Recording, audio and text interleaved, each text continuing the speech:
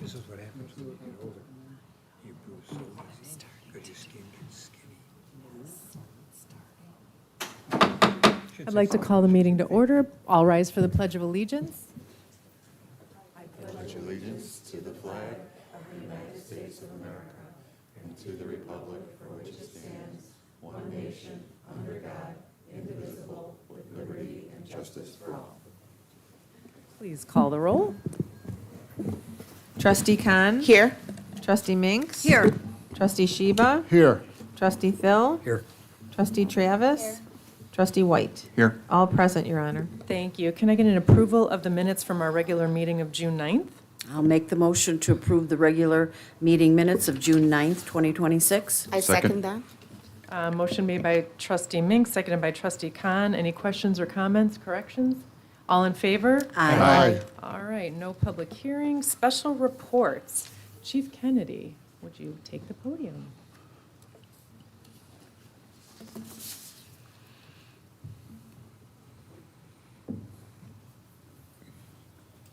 Good evening. I'd like to start by thanking Mayor Whitko, trustees, village staff, for allowing us a few minutes to recognize someone who's been with us for 28 years and getting ready to retire. District Chief Dan Gallagher, please stand up and let everybody see you. I'm not going to make you come up here.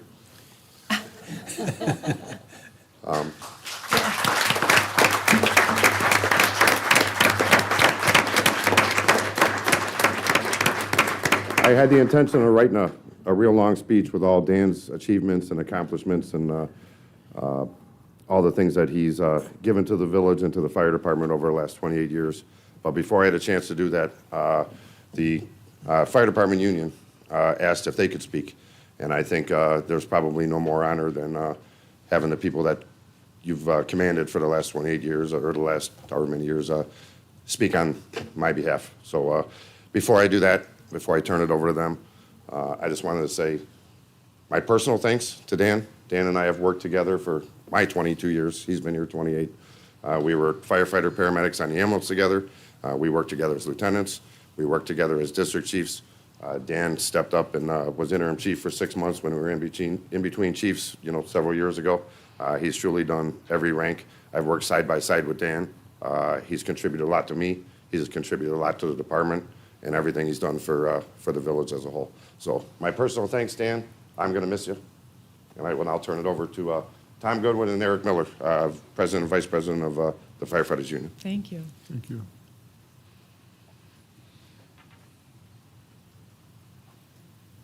Good evening, everyone. Lieutenant Tom Goodwin, I'm the president of the Firefighters Association. This guy over here, Eric Miller, he's our vice president. We're going to ask Dan to come down.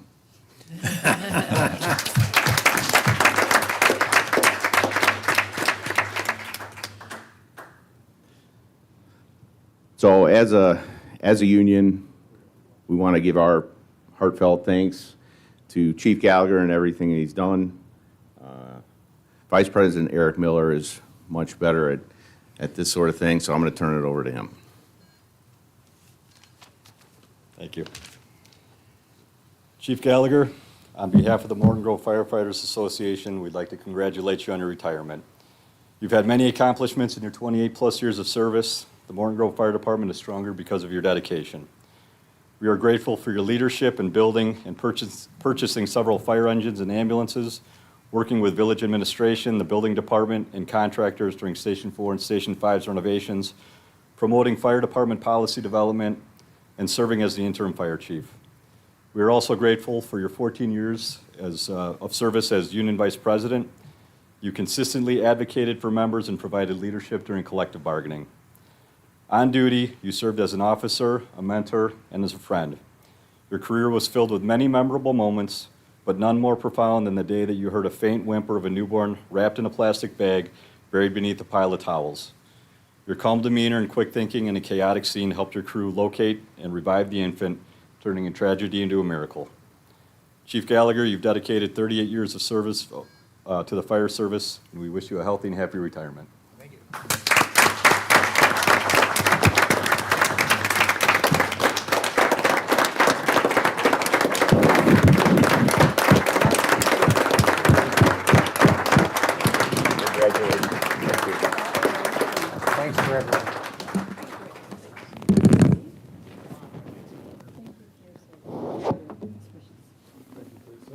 Happy retirement. Thank you, ma'am. Thank you.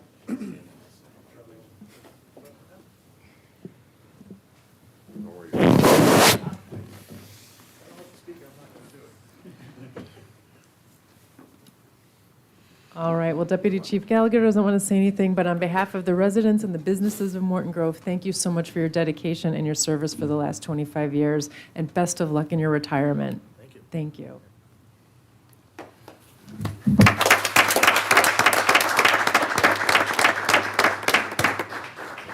Okay, well, now I would ask Mike Simpkins to come down to the podium for the swearing-in of firefighter Joseph Zinka. Thank you very much, Your Honor. It's my pleasure to introduce to you the village's newest employee. Joe, if you wouldn't mind coming down, and please bring with you your family. Anybody else you would like to? Rita? Okay. Did you want to join us Sure. up here, Mayor, too? Thank you. Okay.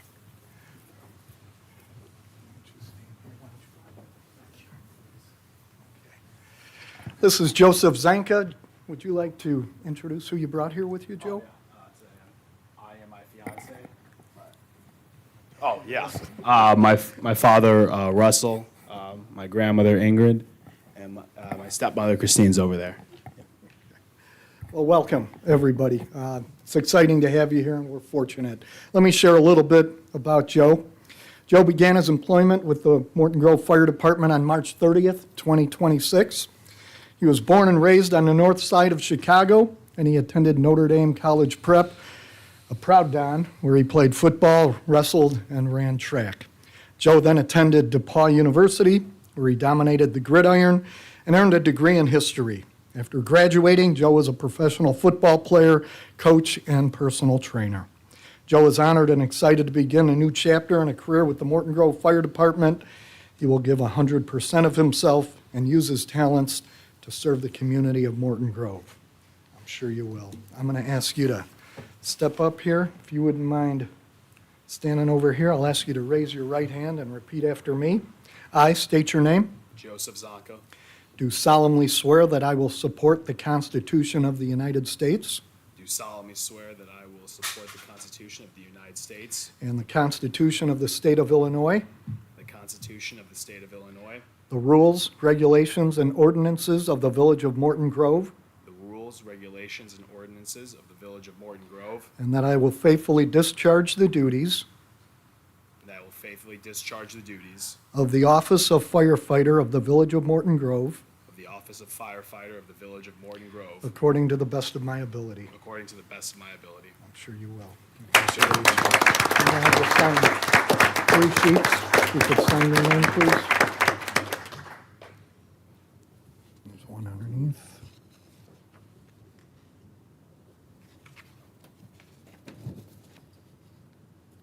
Great. And do you have somebody that'll pin the badge on you? Fiance on, you do that. Okay. Good luck. It doesn't hurt that bad. You talking fancy?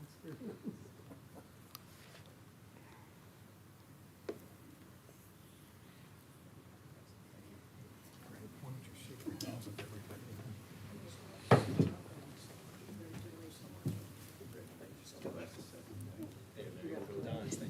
Welcome aboard. Thank you so much. And that would conclude my report. Thank you very much, Your Honor. Thank you.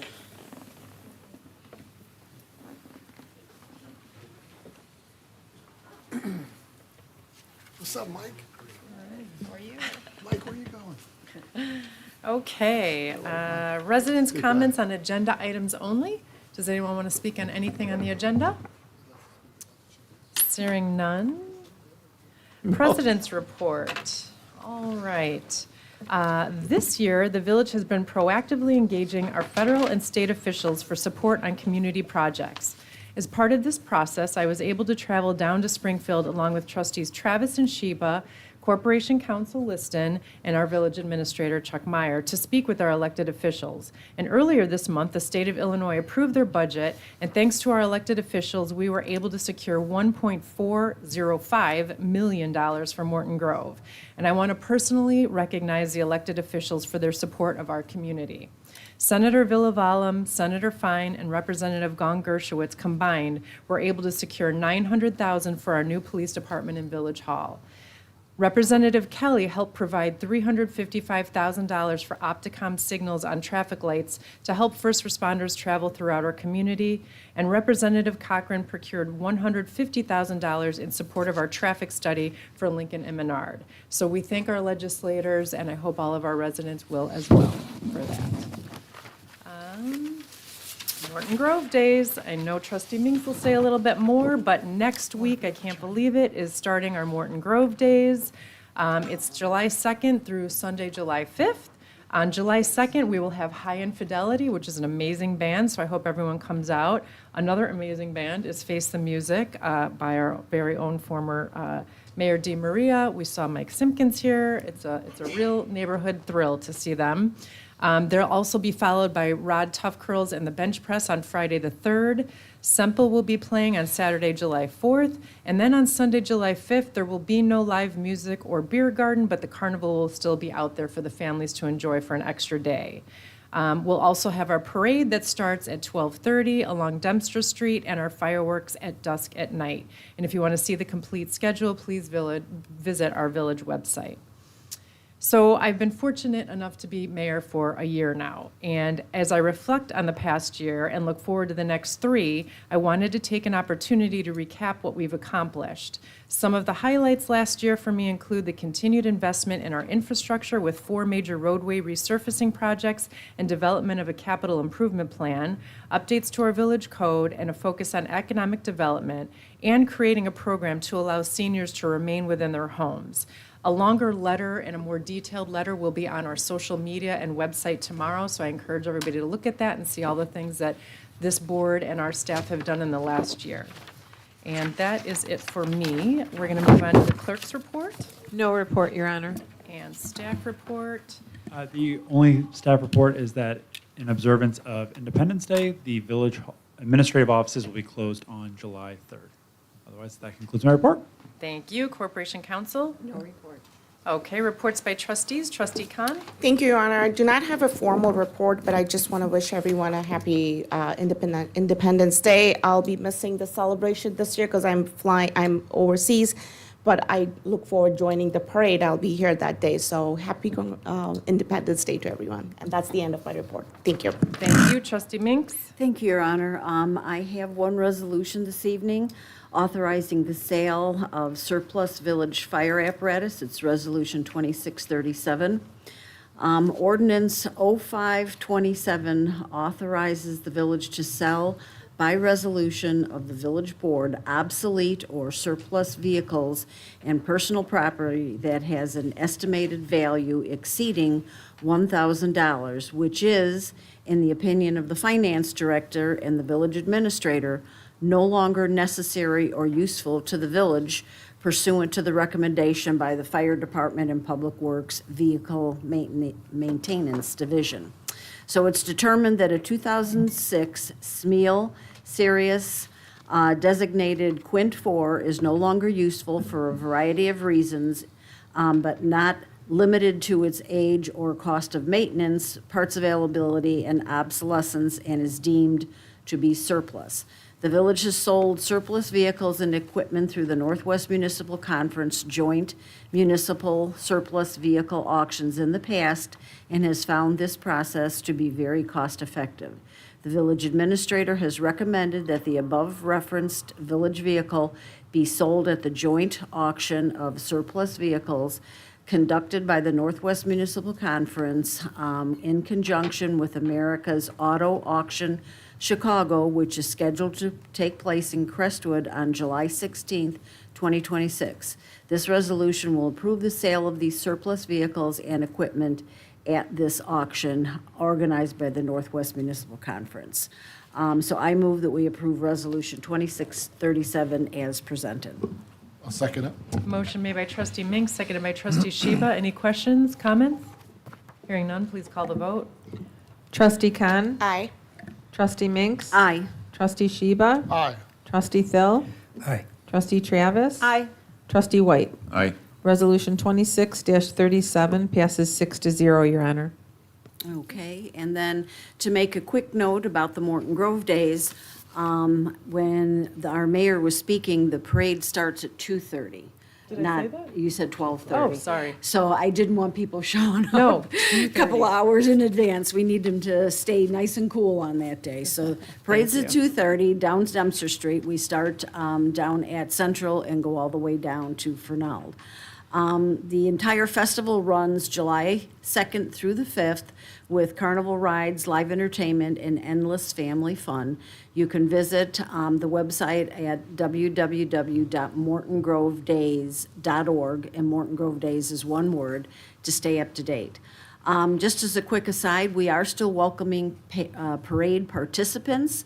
So if you're able to join with your friends and family and walk, drive a bike, or drive in the parade, please visit the village's website to sign up today. And that's the end of my report. Thank you. Thank you, Trustee Sheba.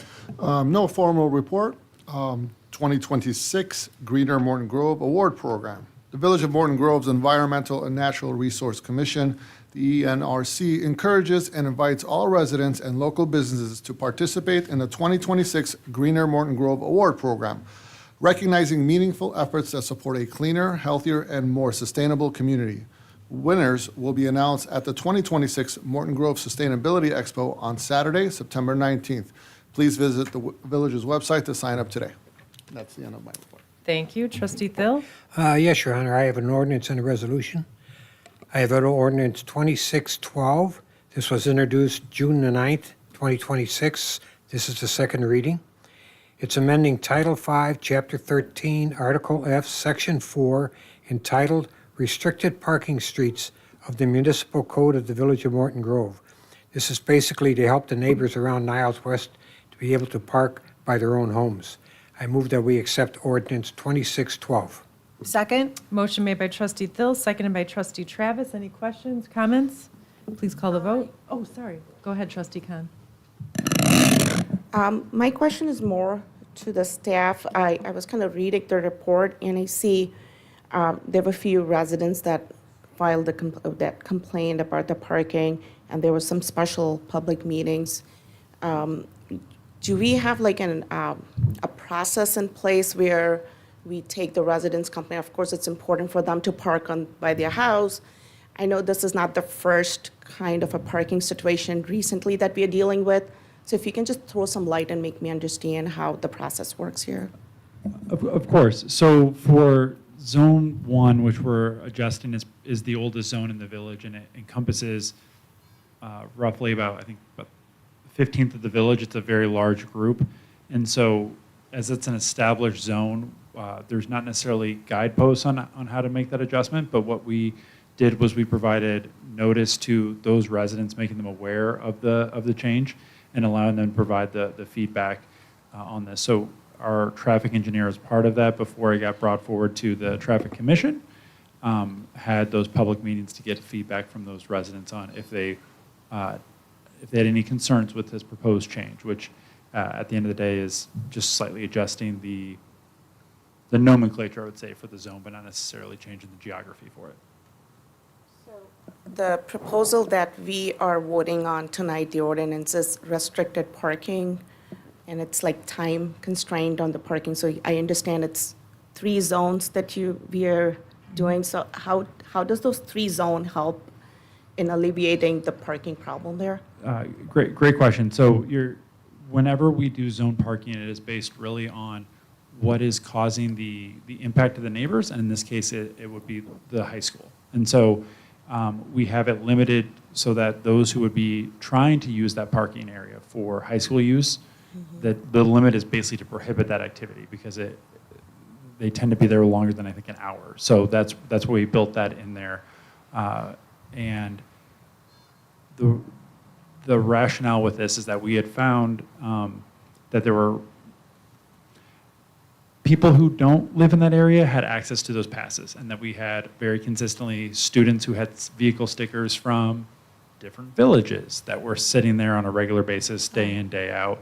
And our police department had identified that these stickers, the guest passes attached to those cars were using, were not necessarily in that area. And so while we were actually addressing a different traffic issue in the area, the biggest feedback we got from the residents in that area was not trying to address the fact that people were dropping off at Menard, but it was in fact that they could not park in front of their home. And so as a result of that feedback, and our police department did a phenomenal job of actually running down all of those instances where people are using passes that maybe they're not entitled to, including some residents, that we are making adjustments to the zone itself so that way people can still park in front of their block or on their block, which is our biggest concern we get from residents throughout the village, while also maintaining the structure, just because we have found that even with, I think it goes about 8 blocks north from the high school, you still will have some high school students that park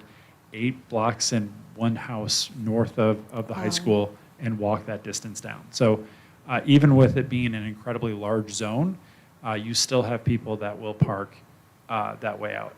And so that's kind of the rationale as to how we got there. And the breaking of the zones is just to make sure that for the northern zone, you still are able to park in front of your house, but someone in that area cannot transfer their pass to someone else to use, I would say, not as we originally intend. So that was kind of the rationale for why we wanted to do that. And the that change. passes are from the school, right? We The- don't control the passes. We issue the passes. So they We are, issue the passes. We issue the passes, and actually, I will say, based on our experience here, we are going to be adding language to those passes to prohibit the transfer of them, just because we want to make it abundantly clear it's for your intended guests, and making sure that the purpose of any zone parking is to make sure that residents have access to their right-of-way adjacent to their homes, and so making sure that the intended users are able to access it. Great, thank you so much, Thank Chuck. I you. just want to make sure that we are not arbitrarily looking at this situation, and we have a process in place and some evidence that kind of supports our ordinance tonight. Thank you for Absolutely. explaining, Thank I you. appreciate that. Yes, go ahead, John. Number one, have we, first of all, notified Niles West of the change? And number two, are we going to start ticketing the cars that are not doing what they're supposed to? We're always in communication with Niles West and making them aware of changes, so they will be aware, if not already, they'll be aware of the change. It won't really impact them just because the zone itself is staying the same, but in regards to ticketing, absolutely. So we've already, I would say, start that process. We have a pretty good diagram of exactly how it's being used, and have a structure going forward to make sure that we can ticket people if they are using the passes incorrectly. Thank you. And knowing it wasn't arbitrary, I really do appreciate everybody's thoughtfulness in really figuring this out and working on this, so thank you. Anybody else? Yeah, I'd like to make a comment since we're talking. This has been an ongoing problem for as long as we can remember. And like you said, people will walk one house past 8 blocks to get there because they don't want to pay the price to have a pass to park in the school lot, which is very high. So it's been an ongoing problem forever, and this is a very nice way of handling it, so it's fair and equitable to everybody. So, thank you. I will add that while I was on the Traffic and Safety Commission, this has been going on for 20 years, this issue, so I'm Hopefully glad it's this been helps. resolved. Anybody else? All right, please call the vote. Trustee Minks? Aye.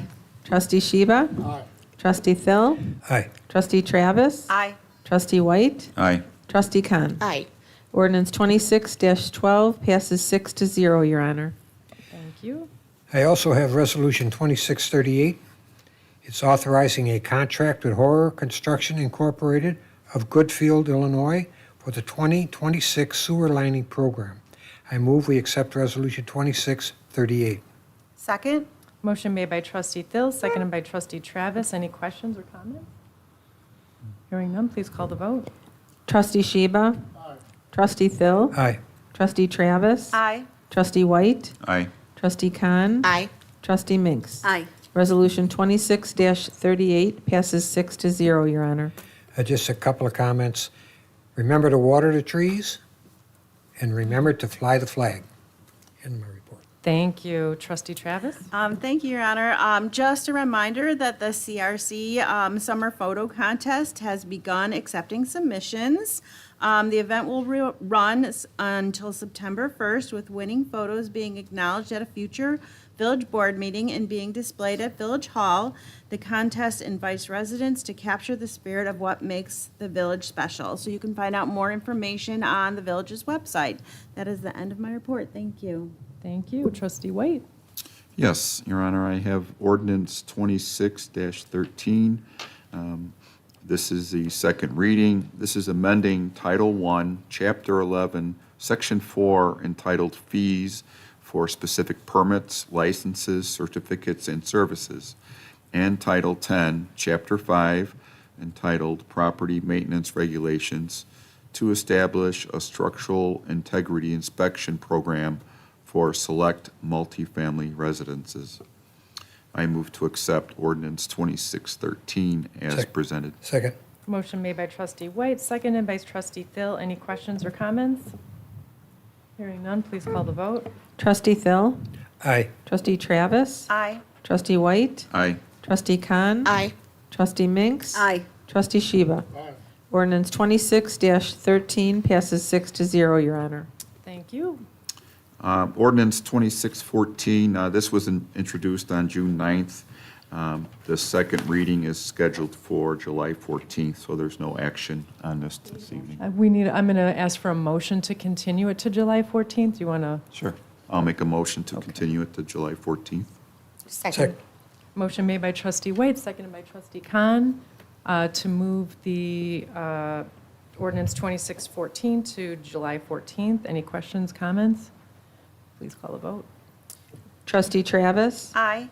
Trustee White? Aye. Trustee Khan? Aye. Trustee Minks? Aye. Trustee Sheba? Trustee Thill? Aye.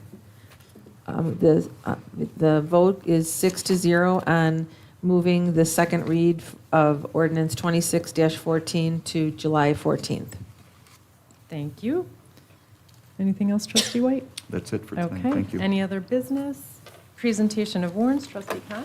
Thank you, Your Honor. I'd like to present a warrant register for June 23rd, 2026 in the amount of $810,355.93. And I hereby make a motion to approve the warrant register as presented tonight. Second. Motion made by Trustee Khan, seconded by Trustee Minks. Any questions, corrections, anything? Please call the vote. Trustee White? Aye. Trustee Khan? Aye. Trustee Minks? Aye. Trustee Sheba? Aye. Trustee Thill? Aye. Trustee Travis? Aye. The June 9th, 2026 warrants pass as presented, 6-0, Your Honor. Thank you. Residents' comments. Anybody? Bill? Mr. Hancock? No? Okay. Can I get a motion to adjourn? Motion to adjourn. Second. Motion made by Trustee Minks, seconded by Trustee Khan. All in favor? Aye. Meeting ends at 7:28. Thank you, everyone.